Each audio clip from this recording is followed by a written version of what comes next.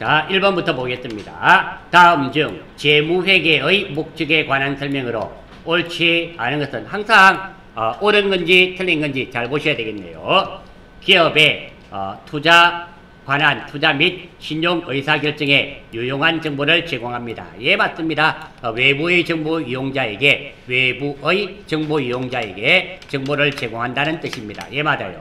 두 번째, 기업의 미래 현금 흐름 예측에 유용한 정보를 제공한다. 이것이 뭐가 될까요? 현금 흐름표 정도가 되겠죠. 예, 맞습니다. 세 번째, 특정 기업 실체에 관한 정보뿐만 아니라 산업 또는 경제 전반에 관한 정보도 제공한다.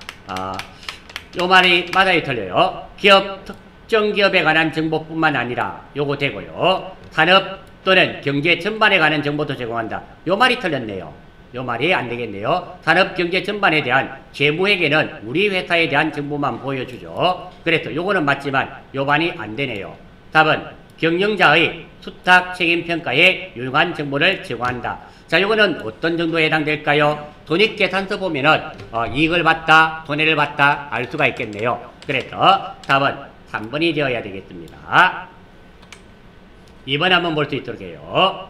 자, 다음 회계 처리로 옳은 것은 제항공은 단기 매매 차익을 목적으로 보유하고 있는 서울의 주식을 천주를 주당 8,500원, 살 때는 9,700원에 샀네요. 매각하고 보통 예금으로 수령하였다. 일단 보통 예금에 돈 받은 돈이 얼마인지 보겠습니다. 천주인데요. 한 주당 얼마 받고 팔았습니까? 850만원.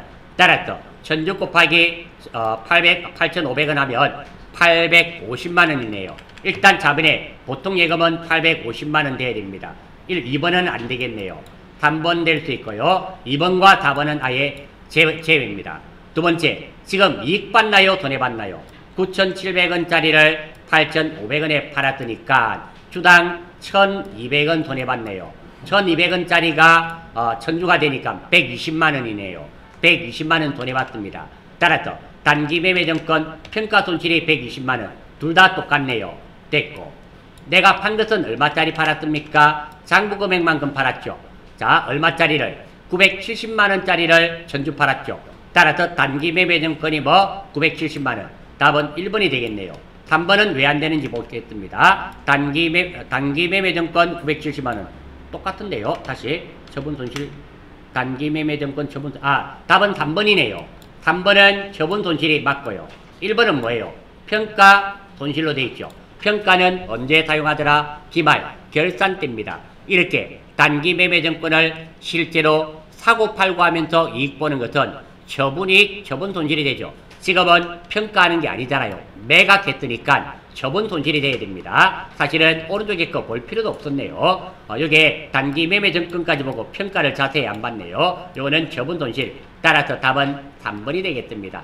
이것도 우리 실기 문제에서 자주 나오는 문제입니다. 2번 요렇게 정리하고 넘어가겠어요. 3번. 다음 자리에 의하여 기계당시 처분 손익을 계산하면 얼마인가? 이거 유형자산 처분하는 거죠. 유형자산 처분하는 겁니다. 한번 볼게요. 항공은 1월 1일, 2025년 1월 1일 기계당치를 1,000만원, 1억이네요. 1억에 취득하였으며 2017년 7월 1일에 5천만원에 현금으로 매각하였다. 감가상각방법을 정액법, 내용연수는 10년, 월할 계산하고 잔존가액은 없다 그러네요.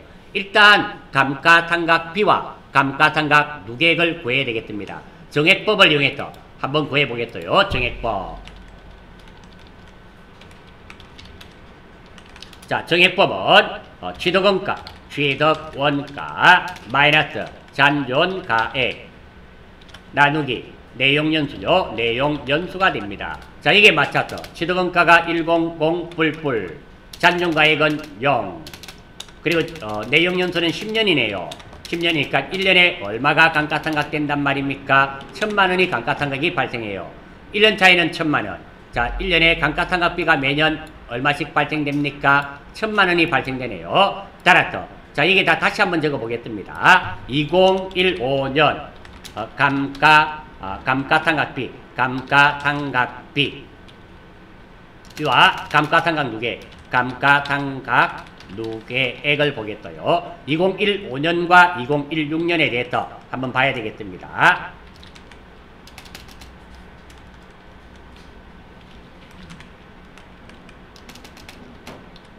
자, 2015년. 자, 1년 차에는 감가상각비가 얼마인가요? 1000만원. 그러면 첫 해년도에는 감가상각 누계액도 얼마가 되나요? 1000만원입니다. 그러면 2016입니다. 2016년도에 감가상각비는 정액법이기 때문에 매년 같습니다. 근데 감가상각 누계액은 어때요? 합치니까 요거 더하기 요것이 감가상각 누계액이 됩니다. 그러니까 얼마? 2000만원.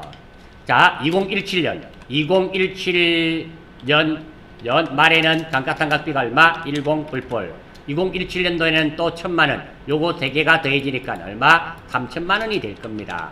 자, 그런데 문제 다시 한번 보겠어요. 문제에서 봤더니 2017년도 말에 판 것이 아니라 2017년도 7월달에 팔았네요.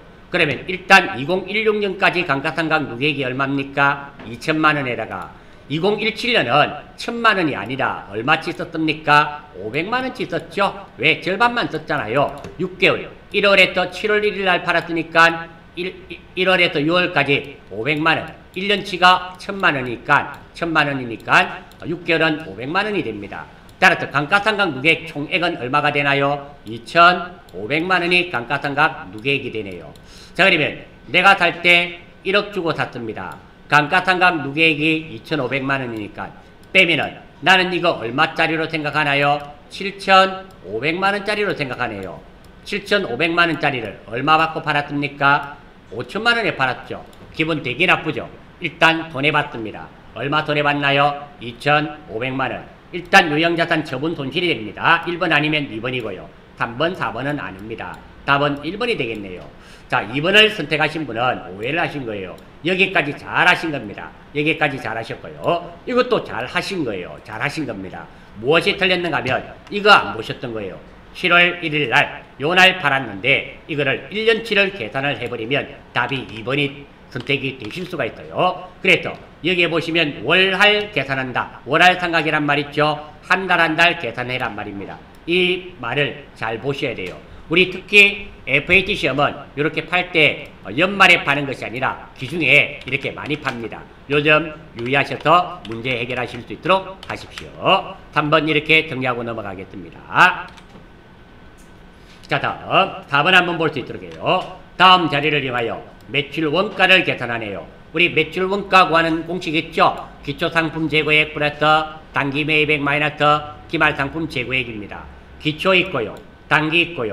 기말 있고요. 자, 그러면 여기 또 우리가 생각해야 되는 거 이거 두 개가 문제네요. 자, 재고자산 평가 손실이 있습니다. 참고로 재고자산 평가 손실은 이겁니다. 내가 상품을 100만원을 주고 샀어요. 근데 그게 안 팔려서 1년이 지났습니다.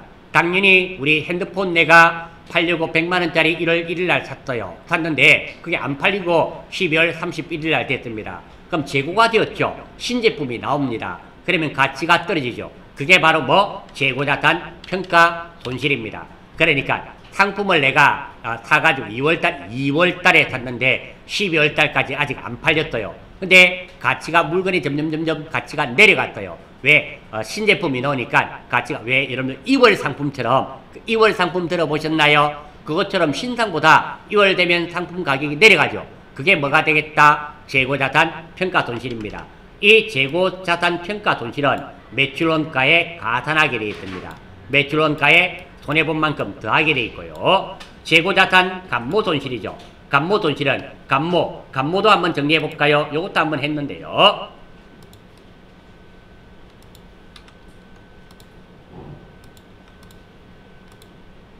자, 우리 이거 전산에게 FAT 1급 강좌하면서 했습니다. 감모, 코딱지만큼 없어지는 거. 코딱지만큼 없어지는 거. 공손, 불량품을 말합니다. 불량품. 자, 정상적인 감모와 정상적인 공손은 원가에 가산한다. 하지만 비정상적인 감모와 비정상적인 공손언, 영업외 비용, 영업외 비용, 즉 재고자산 감모 손실, 재고자산 감모 손실, 이 영업외 비용이에요. 로 회계 처리한다. 이렇게 되어 있어요. 그래서 정상적인 감모와 정상적인 공손을 원가에 더하게 되어 있고요. 원가에 더하게 되어 있고, 비정상적인 감모와 비정상적인 공손을 영업외 비용으로 회계 처리하게끔 되어 있다는 거, 요거 좀 알아주시면 참 좋겠어요. 이렇게 처리됩니다.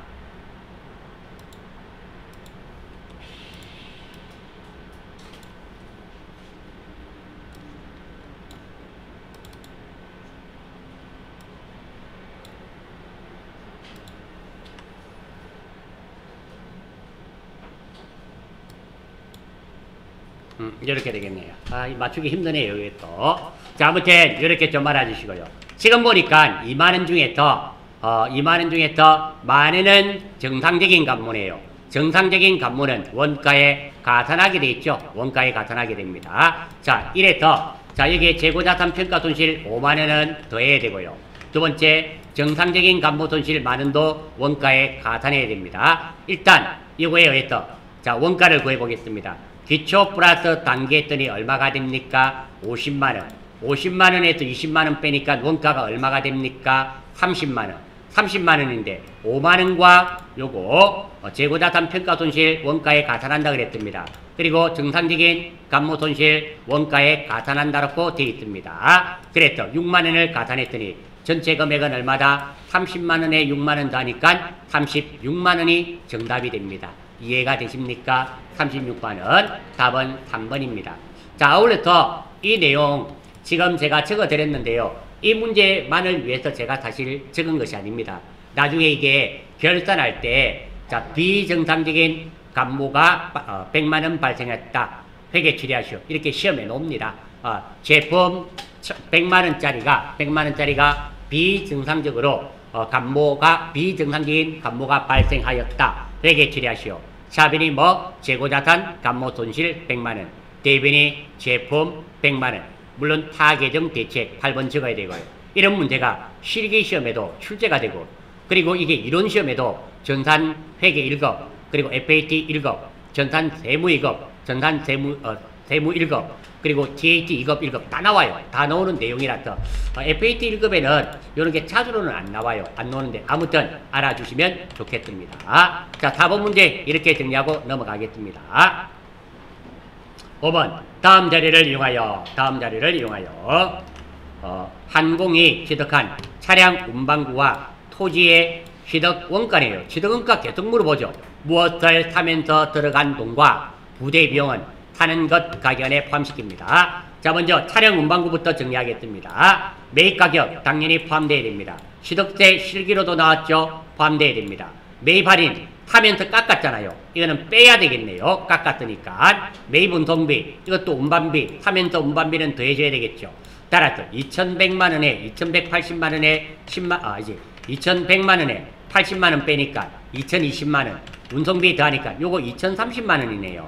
20300 뿔이 되겠습니다. 계산하실 수 있겠죠? 자, 요거 계산하시고 토지 한번 볼까요? 매입가액 더해줘야 됩니다.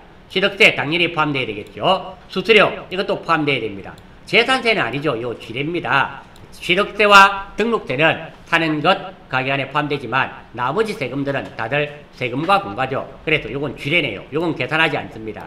따라서 4천만원에 130만원 더하니까 4130만원이 되겠습니다. 따라서 토지가 2030만원짜리 요거고 2030만원짜리 요거고 4130만원. 답은 3번일 수밖에 없네요. 요거 취득원가 구하는 문제입니다. 자, 6번 한번 보겠습니다. 자, 다음 중 재고자산에 관한 설명으로 틀린 거 찾는 거네요. 재고자산입니다. 재고자산에는 정상적인 영업 과정에서 판매를 위하여 보유하거나 생산 과정에 있는 자산 및 생산 또는 서비스 제공 과정에 투입될 원재료나 소모품 형태로 존재하는 자산을 말한다. 와, 1번 진짜 재고자산에 대한 100점짜리 답변입니다. 정확한 거예요. 1번 맞는 말입니다. 답이 아니에요. 1번 맞는 말. 자, 이게 맞는 말이 중요합니다. 틀린 말보다. 두 번째, 재고자산의 시가가 현재 가격이 취득 원가보다 하락하여 발생한 평가 손실은 재고자산의 차감 계정으로 표시하고 매출 원가에 가산한다. 자, 2번 맞는 말입니다. 자, 요거 방금도 했습니다. 우리 문제 몇 번 풀 때, 요 문제 풀 때요, 나왔어요. 이렇게. 자, 재고자산 평가 손실은 취득 원가에 가산한다 했기 때문에 5만원 더했습니다. 기억나십니까? 이 말이에요. 요거 더한 이유가 지금 이 말입니다. 요거 재고자산의 시가가 현재 가치가 취득원가보다 내렸어요. 발생한 평가 손실은 재고자산에서 금액에서 당연히 빼야 되고 그 돈은 어디에 간다? 매출원가에 가산한다. 이것 때문에 위에 4번 문제에서 5만원 더했던 겁니다. 예, 2번 맞는 말입니다. 3번 비정상적인 재고자산 감모 손실은 영업외 이것도 맞는 말이죠. 비정상적인 감모와 비정상적인 공소는 영업외 비용이고 그때 사용하는 계정과목 이름이 무엇이었습니까? 재고자산 감모손실이라는 계정과목을 선택해서 사용하게 되어 있습니다. 그래서 제가 요거 적어놨던 거예요. 그때 사용되는 계정과목 이름이 재고자산 감모손실입니다. 따라서 답은 4번이 틀렸겠네요. 한번 보겠습니다. 4번 기말 재고자산의 시가가 취득원가보다 자 요거 반대네요. 상승한 경우네요. 지금은 요때는 하락하였잖아요. 하락했을 때는 원가에 가산하게 돼 있고 상승하였을 경우 공정가치에 의해 재고자산 평가이익을 계산한다. 답은 4번입니다. 4번이 틀려버렸어요. 재고자산 평가이익은 하지 않습니다. 재고자산 평가이익은 따로 처리하지 않습니다. 손해본 거에 대해서만 평가손실로 하고 원가에 가산하게 되어 있고요. 이익 본 거는 따로 하지 않습니다. 따라서 답은 4번이 틀렸습니다. 옳지 않은 거네요. 다음 7번 무형자산에 관한 설명으로 틀린 것은 무형자산으로 인식되기 위해서는 식별 가능성, 자원에 대한 통제, 미래 경제적 효익의 존재라는 조건이 모두 충족해야 된다. 예, 맞습니다. 눈에 안 보여야 되고 내 것이어야 되고 영업활동이나 생산활동에 사용돼야 됩니다. 예, 맞습니다. 신제품을 개발하기 위한 프로젝트의 연구 단계에서 발생하는 지출은 기간 비용으로 즉 다시 말해서 연구 단계에서 발생한 것은 경상연구개발비입니다. 계정과목 이름이 경상연구개발비예요. 상연구개발비 개발비 빗자로 끝났죠. 빗자로 끝나는 건 다들 비용이라 그랬어요. 개발비와 경상연구개발비는 다른 거예요. 비용 맞습니다. 예, 이 말도 맞네요. 한 번 틀렸네요. 무형자산의 상각방법은 정액법만 인정된다. 아닙니다. 자, 무형자산 상각방법, 정액법, 정률법, 생산량 미래법, 연수학계법, 이중체감법 여러가지 방법 중에서 합리적인 방법이 있으면 그 방법을 선택하는데 없다면 없을 때는 정액법을 하는 것이 원칙이다. 이런 뜻이지 꼭 정액법을 해야 되는 것은 아니다. 그래서 답은 3번입니다. 무형자산의 잔존가치는 없는 것을 원칙으로 한다. 예, 이 말도 맞습니다. 자, 상각 후 잔존가액은 0입니다. 또 하나 더 있죠. 무형자산의 최대 상각기간은 몇 년을 초과할 수 없습니까? 20년을 초과할 수 없습니다. 요게 제가 예전에 한 번인가 두 번인가 적어드렸었습니다. 기억나시는지 모르겠어요. 7번 문제 잘 나오는 문제입니다. 자, 이론을 어려워하는데요. 이런 문제를 알고 계시면 익혀주셨으면 맞출 수 있고요. 자주 안 보시면 못 맞추게 됩니다. 좀 알아주세요. 20년을 초과할 수 없습니다. 요 말 7번 좋은 문제입니다. 아마 다른 시험에서도 이번 시험 말고 다른 시험에도 많이 접하게 될 겁니다. 알아주시고. 자, 다음 8번입니다. 다음 중 항공의 기말 재고자산에 포함될 수 없는 것은 즉 내 거 아닌 것은 첫 번째 도착지 인도 기준으로 매입하여 기말 현재 운송적인 상품은 자 이건 누구 거예요? 도착지 인도 조건이네요. 그리고 탔네요. 아직 도착 안 했네요. 이거 남 거 되겠죠. 내 거 아니죠. 아직 도착 안 했으니까. 두 번째 도착지 인도 기준으로 매출하여 기말 현재 운송 중인 이는 판 거네요. 팔았는데 아직 도착 안 했습니다. 도착 인도 기준인데 이는 내 거. 1번은 남 거. 3번 수탁자, 위탁자 놓으면 뭐라 그랬습니까? 수탁자는 서점으로 생각하면 되고요. 위탁자는 출판사로 생각하면 됩니다. 그래서 말을 바꿔서 할게요. 자, 서점에게 판매를 하기 위하여 보낸 상품으로 기말 현재 서점이 가지고 있는 상품, 서점이 가지고 있는 책은 누구 책이다? 내 책, 내 거. 이거는 내 거, 이것도 내 거. 답은 금융기관으로부터 자금을 빌리고 차입하고 그 담보로 제공된 상품, 이것도 내 거. 답은 1번이네요. 1번만 남 거고요. 2, 3, 4는 다 내 거예요. 내 거. 특히 요 중에서 3번입니다. 3번 위탁자, 수탁자가 나오면 어려워요. 그러니까 위탁자는 출판사, 수탁자는 서점으로 생각해서 문제를 보시면 쉽게 맞추실 수 있습니다. 꼭 그렇게 기억하세요. 위탁자, 수탁자 자주 쓰는 말이 아니다 보니까 혼돈합니다. 아무튼 답은 1번이 되겠습니다. 9번. 자, 다음은 항공의 차입금에 대한 자료이다. 틀린 거 찾는 거네요. 현재 가치는 고려하지 않는다. 차입금 1,000만원. 차입일은 2017년 3월 1일. 만기일은 2018년 내년 8월 1일이네요. 연이자 12%. 그리고 만기 시점 후거 만기에 주겠단 말입니다. 월할 계산 출발 한번 해봐요. 자, 먼저 2017년상 지금 2017년에 빌렸죠. 이자 비용은 100만원이다. 자, 한번 보겠습니다. 1년에 12%니까 1년에 그러면 얼마가 됩니까? 120만원 줘야 됩니다. 120만원 줘야 되는데 2017년은 몇 달 동안 썼습니까? 10달. 한 달에 10만원씩이니까 100만원. 예, 1번 맞는 말이네요. 1번 맞는가 이해되십니까? 네, 다음. 차입금은 2017년도 말 재무상태표에 비유동부채로 표시된다. 이거는 유동과 비유동에 대한 개념이네요. 재무상태표 1로부터 1년 이내는 유동, 1년 이후는 비유동. 자, 언제 갚아줘야 됩니까? 2018년. 2017년 12월 31일 기준으로 내년에 갚아줘야 되죠. 비유동부채가 아니라 이것은 뭐가 됩니까? 유동부채네요. 따라서 답은 2번. 2번이 틀렸습니다. 2번은 비유동이 아니라 뭐가 되겠다? 유동부채가 됩니다. 왜? 재무상태표 1로부터 1년 이내이기 때문에. 3번. 2018년 손익계산서상의 이자 비용은 2018년은 몇 달 동안 썼습니까? 8개월. 8개월이니까 80만원 맞죠? 예, 맞습니다. 답은 2018년 말 재무상태표에 표시되는 차입금은 당연히 없죠. 언제 갚아줬습니까? 8월 30일 날 갚아줬죠. 갚아줄 겁니다. 왜? 만기 시점에 후급 상환하겠단 말이죠. 따라서 이 말도 맞는 말이 되겠네요. 답은 2번이 되겠습니다. 다음 10번. 결산에 반영되지 않은 다음의 오류사항 중 단기순이익에 영향을 미치는 것은 단기순이익에 영향을 미치려면 비용과 수익에 관련된 겁니다. 영향을 미치는 겁니다. 단기에 발행한 주식 할인 발행 자금은 주식 발행 초과금과 상계하지 않는다. 참고로 여러분들 계정과목 및 주교 등록에서 찾아보세요.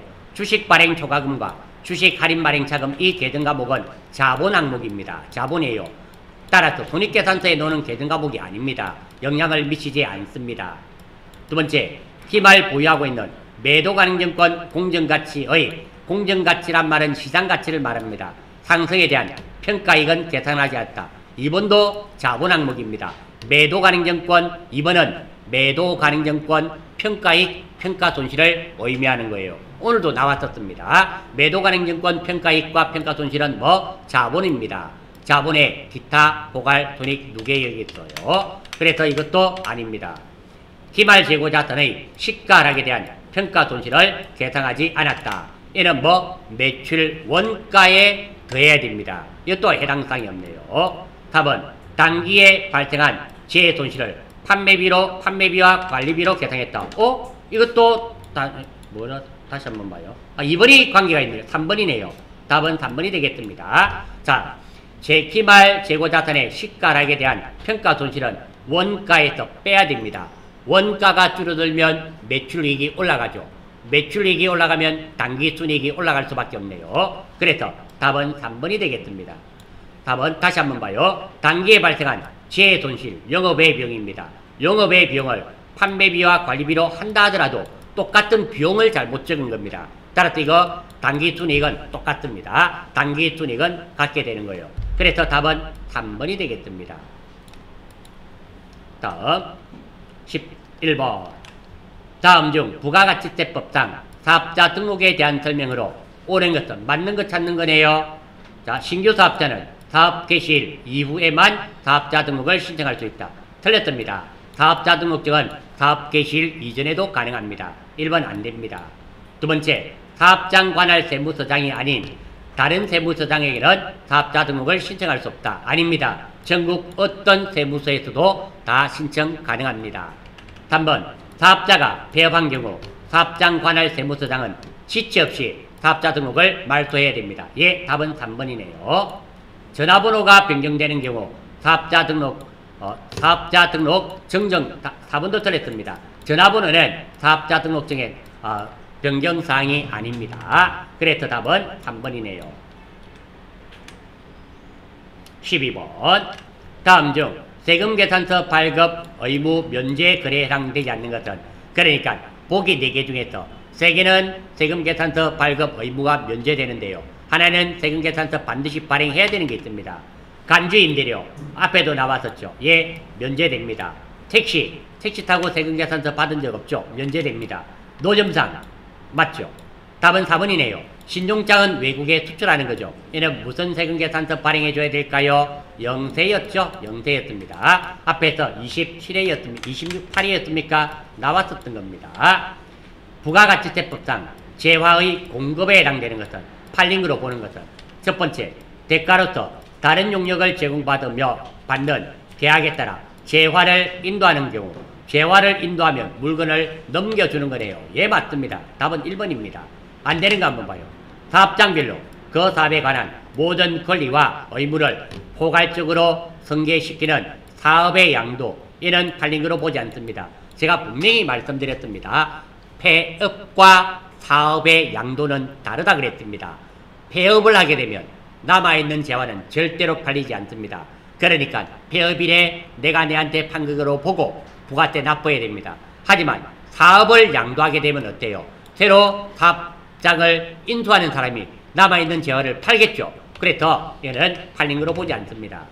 3번, 양도담보의 목적으로 부동산의 권리를 제공해. 이거 담보로 제공된 것은 팔린 거로 보지 않습니다. 건설업자가 건설 자재의 전부 또는 일부를 부담하는 경우, 요거는 뭐 용역의 공급 정도로 되겠네요. 따라서 답은 1번이 되겠습니다. 14번. 다음 중 부가가치세 면세 대상이네요. 딱 보더라도 답 3번인가 이해되셨죠? 앞에 28번에 생수였죠. 생수 나왔네요. 이런 거는 다 과세입니다. 무연탄, 유연탄 말고 무연탄은 면세입니다. 연탄도 유연탄과 무연탄이 있는데요. 무연탄은 면세, 유연탄은 과세. 그리고 우표는 면세. 그런데 수집용 우표는 과세입니다. 따라서 1번, 2번, 4번은 다 과세예요. 우표는 면세입니다. 우표 자체는 면세인데요. 그런데 예쁜 우표, 왜 우표 한 장이 액면가가 300원짜리라면 액면가는 10원짜리인데 몇백만 원 하는 거 있습니다. 그런 거는 과세요.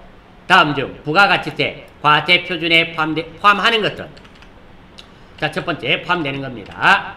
재화 또는 용역의 과세 표준은 팔린 거 말하는 겁니다. 공급과 직접 관련되지 않은 국고 보조금은 표준되지 않습니다. 답은 2번이죠. 요거는 수입하는 재화는 어때요? 부가세 내야 되는 거죠. 부가세 내야 되는 겁니다. 따라서 답은 2번. 이는 깎아주는 거고 파손된 거 아니네요. 따라서 답은 2번이 되겠습니다. 자, 여러분부터 15문제 빠르게 좀 진행해서